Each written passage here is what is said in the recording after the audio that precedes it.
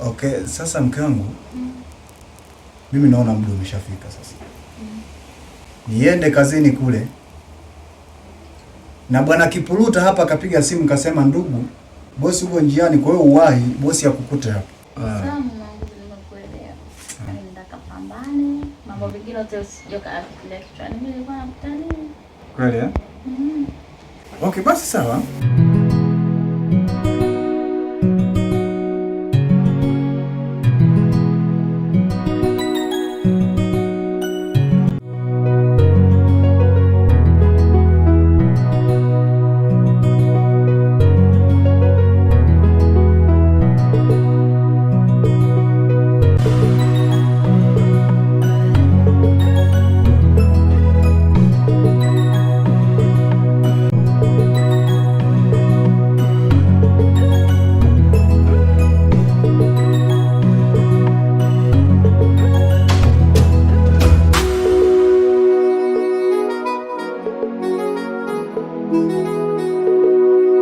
Kaka samani.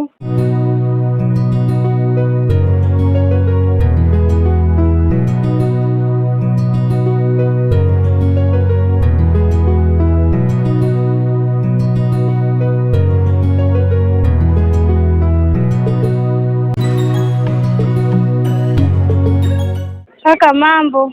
Mambo poa, vipi?